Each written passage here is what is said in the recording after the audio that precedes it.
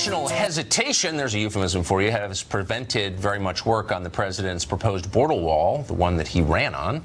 But what if a physical wall isn't even necessary? Well, if you read the Washington Post, you already know this. A Washington Post piece says that the president is, quote, building a border wall no one can see.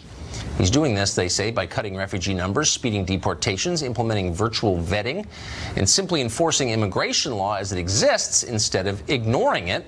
And in so doing, the paper says he's creating what some are calling a virtual wall around the country. Roberto Hernandez is an immigration activist, and he joins us tonight. Roberto, thanks a lot for coming on. Hola. Hola.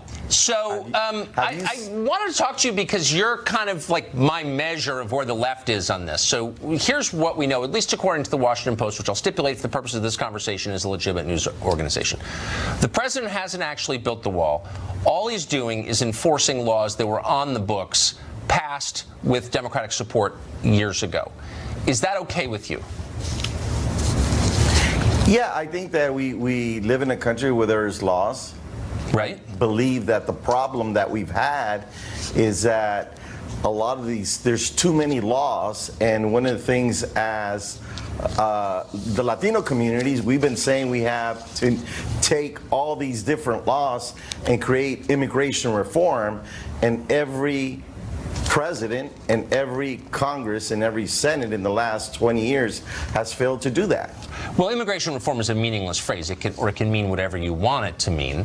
What you're saying is activists have demanded that people here illegally be given amnesty and then citizenship, and then some people, American citizens, disagree with that.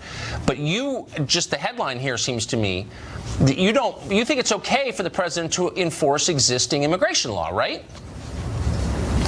Yeah, but when we're talking about selective immigration law enforcement, what about all the illegal Russians that have been coming here to this country? Yeah, well, I think they're in the same category. Well, I'll talk about them right now. I think it's totally wrong to come here illegally. Why not throw every person, regardless of country of origin or ethnicity or native language, out of the country and say, apply like everybody else?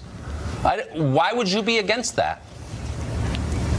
But the system that we currently have in our government doesn't have the capacity to be able to even process those applications, and that's been part of the problem. Well, then what if you just said, look, current law does not allow people to work here if they don't have a green card or the correct papers, and if they're using false federal documents, right? That's the current law, and I think you would never want to defend using fake documents on TV. So what if you just said, we're going to make sure through E-Verify that nobody can employ someone here illegally, and nobody can get welfare if they're here illegally? Then you would see and everyone mocks the phrase, but you would see self-deportation, because what would be the options? Would you be against that? Well, but let's talk about, you talked about not hiring people, and let's begin by looking at farm workers here in California. You're from California like I am. In California, how many growers that grow grapes, tomatoes, lettuce, and all the fruits and vegetables that we grow in California hire people who are not here with documents? Right. So you're saying that big business doesn't like it.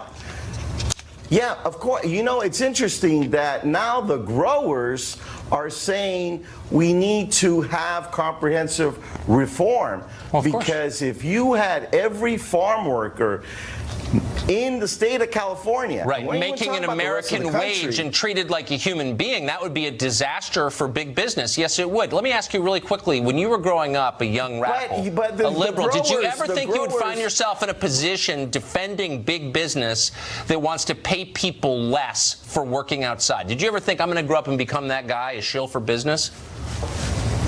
I knew that from a very young age that farm workers were being mistreated and abused. Yeah, exactly. I was part of the United Farm Workers movement with Cesar Chavez and Dolores Huerta, who was radically against illegal immigration, as you know, who physically assaulted illegal immigrants. That goal, because you don't have a system that takes care of those who take care of you, who feeds you. That's not what Cesar Chavez says. As you know, he was totally opposed to immigration and all sorts. Roberto, thank you for joining us. Appreciate it.